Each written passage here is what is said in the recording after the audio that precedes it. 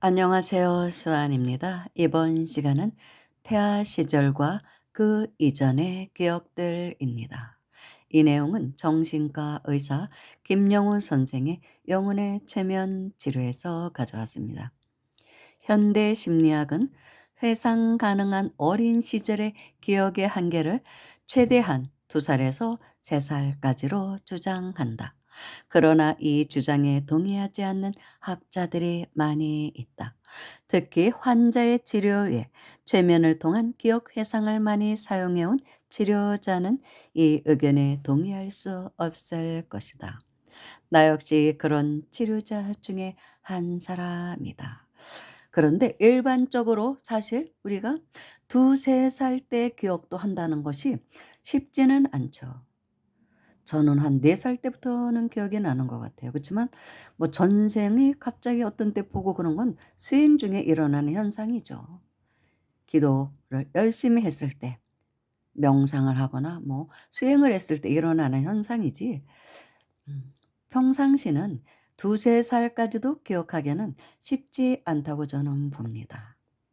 아무튼 육체가 죽은 후에도 소멸되지 않고 살아남는 영혼이 인간에게 존재한다면 죽음 후의 기억이나 태어나기 전의 기억은 쉽게 설명될 수 있다.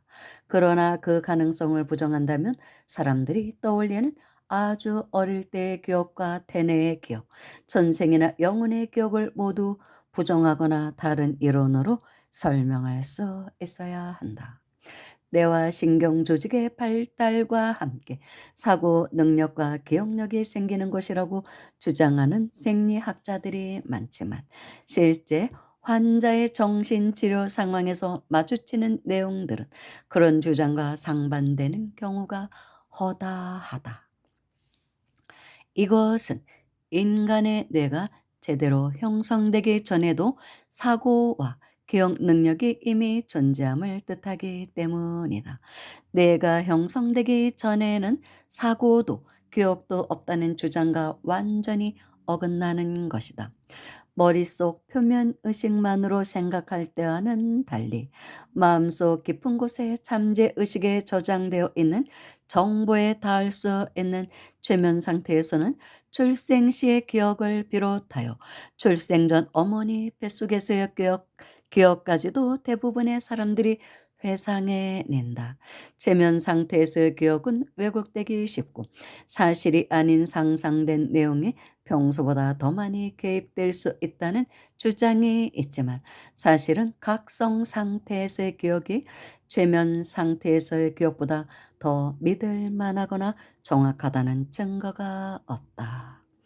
이 말씀에는 저도 동감합니다. 동의합니다. 요즘은 나이를 먹다 보니까 하루 이틀 전의 일도 사실은 가물가물할 때가 많아요. 어제 내가 무슨 일을 했지?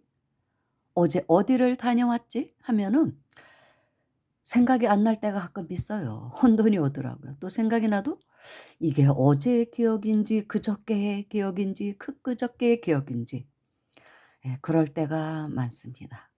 그러니 뭐 최면 상태의 기억보다 더 믿을 만하다고 주장할 수는 없을 것 같아요.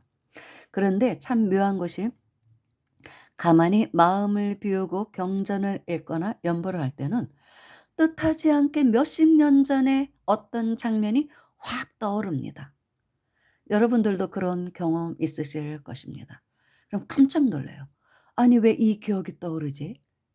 그러니까 굉장히 제 머릿속에 각인이 된 어떤 충격적인 일이라든지 아주 뭐 즐거웠던 아무튼 그렇게 이제 깊이 각인이 된 내용들이 갑자기 확 떠오르는 거예요. 그동안 잊고 있었는데 그때의 느낌, 모습까지도 떠올라서 깜짝 놀랄 때가 있습니다. 그런데 의외로 어제 있었던 일도 시간 순서대로 아침부터 일어나서 쭉 돌이켜 보면 가물가물할 때가 있습니다. 그런 게 있더라고요. 그래서 식이 맑아졌을 때 그러니까 최면 상태에서는 잡념이 없으니까. 저도 뭐 약간 요런 연습을 해본 적이 있어요. 최면이라는 거. 테이프 틀어 놓고 뭐 해본 적이 있습니다. 근데 예, 정말 이완이 딱 되면, 몸이 이완이 되면 뭐 좀 이상한 게 있긴 있더라고요. 일단 잡념이 일어나질 않아요, 그 상태에서는.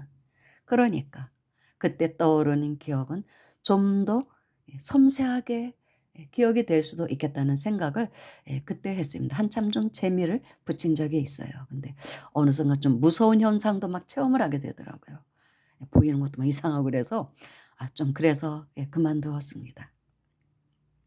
저도 워낙 호기심이 많은 사람이라 이것도 해 보고 저것도 해 보고 그렇게 했습니다. 명상을 할 때도 이상한 현상을 체험하는 적이 있어요.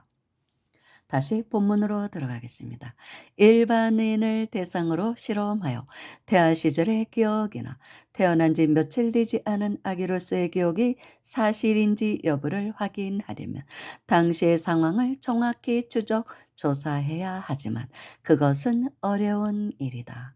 그러나 고통스러운 증상을 해결해 나가는 정신치료 과정에서 그런 기억들은 때때로 문제의 실마리를 찾는데 결정적 단서가 된다. 그 기억이 객관적 사실이라는 것을 증명하지 못한다 해도 환자의 치료에 도움이 되고 문제의 원인을 찾을 수 있는 단서가 된다면 임상적으로 무척 유용한 자료로 봐야 한다. 예를 몇 가지 들어보자. 심한 천식과 기침으로 어릴 때부터 병원 신세를 지며 살아온 50세의 환자가 최면 상태에서 천식의 원인이 된 사건을 떠올려 보라는 암시에 따라 회상한 것은 출생 시 분만되는 과정에서 탯줄이 목에 감겨 질식 쌀 만한 일이었다. 목에 탯줄이 감겨 숨을 제대로 쉬지 못하면서 느꼈던 답답함과 두려움은 천식 발작 때마다 경험하는 것과 똑같은 것이었다. 파랗게 질린 채 태어난 자신의 목에서 탯줄을 풀어주고 엉덩이를 여러 번 때려 올린 사람은 남모르는 산파와 자기 할머니였다고 한다. 이 최면 치료 후 그 환자는 천식 증상이 거의 없어져 약의 도움 없이 살 수 있게 되었다. 정말로 이렇게 최면 치료를 해서 효과를 보는 분들이 있기는 있는가 봅니다. 그걸 알면, 그 원인을 알면 다시는 거기에 끄달리지 않는다는 것이죠. 또한 변을 소개한다. 어릴 때부터 소심했고 늘 불안하고 긴장되는 사회 공포 증상을 가진 젊은 남자 환자에게 태내에 있을 때 어떤 힘든 일들이 있었는가라고 물어보았다. 그때 엄마가 많이 힘들어하고 계세요. 할머니가 관계가 안 좋아서요. 그러니까 엄마와 할머니와 관계가 안 좋아서요. 엄마가 불안하니까 저도 같이 위축되고 불안해요. 아버지는 공부하러 서울에 가 계셨고 엄마 혼자 시골집에서 할아버지 할머니를 모시고 살았어요. 저는 원래 밝은 성격이었는데 할머니 성품이 불같아서 엄마가 너무 긴장하고 불안해하기 때문에 시간이 갈수록 영향을 받아요. 늘 머리가 아프다고 음식을 잘못 드셨기 때문에 저도 항상 배가 고프고 우울해요. 요즘에 위축되고 불안한 기분이 그때와 똑같아요.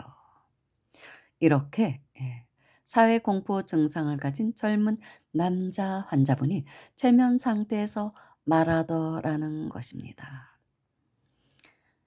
엄마 태중에 있을 때 그 일을 다 기억하고 있는 거예요. 사실 좀 무섭죠.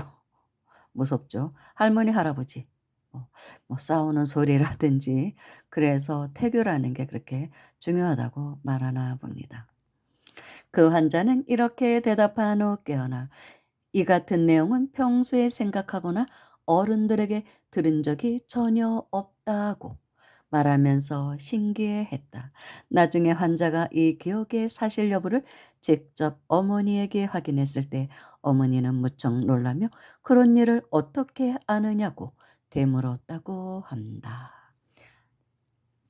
미국 시카고의 한 산부인과 의사는 자신이 분만을 맡았던 아이들의 분만 당시의 상황을 꼼꼼히 기록해 두었다.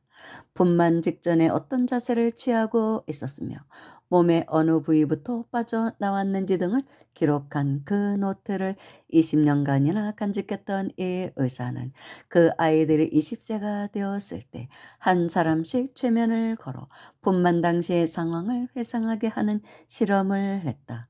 놀랍게도 그들이 떠올린 기억들은 그 노트에 적힌 내용과 정확히 일치하는 것이었다. 어머니 뱃속에 들어오기 전과 전생의 기억 내용은 이런 방법으로 확인할 길이 없지만 환자의 현재 성격과 문제, 고통받고 있는 증상 등을 이해하고 해결하는 데 큰 도움이 된다. 그렇지만 최면을 더 깊이 들어가면 전생도 이제 기억을 하죠. 이 같은 실제 치료 사례를 늘어놓자면 끝이 없다. 나는 최면 치료를 받는 환자들에게 한두 살 이전과 분만 당치를 포함한 태내의 기억, 모체내에 들어오기 전 영혼 상태에서의 기억, 전생의 기억 등을 치료에 필요하다고 판단되는 범위 내에서 모두 경험하게 한다. 환자들은 그 경험을 통해 일반 면담에서는 도저히 도달할 수 없는 포괄적이고 깊이 있는 자기 인식과 통찰에 이르는 기회를 가지게 된다. 전생이나 영혼의 기억이라는 개념에 대해서는 거부감을 느끼는 환자라도 태내에서의 기억을 회상해 보게 하는 시도는 대부분 잘 받아들인다. 태내에 있을 당시 시기별 회상을 통해 자신의 생각과 감정의 움직임, 건강 상태뿐 아니라 부모, 형제의 성격과 특징, 집안과 주변 분위기, 임신을 받아들이는 부모의 태도, 앞으로 주어질 삶에 대해 태아로서 가지고 있던 생각과 감정 등을 느껴보는 것은 환자에게 보이지 않는 정신세계의 방대함과 생명과 영혼의 신비에 대해 새롭게 눈뜨는 계기가 된다. 이분이 이 글을 쓰신 지가 아마 한 20년? 그 정도 되지 않았을까 싶네요. 그런데 그때 당시에 이 심리학, 최면 심리학보다는 지금은 훨씬 더 발달했죠. 그래서 많이 이제 이런 것을 그 당시만 해도 많이 부정하는 상태였어요. '그런 게 어딨어?' 그런 게 대세였는데 지금은 많은 사람들이 좀 받아들이는 상황까지 온 것 같아요, 그런 상태까지.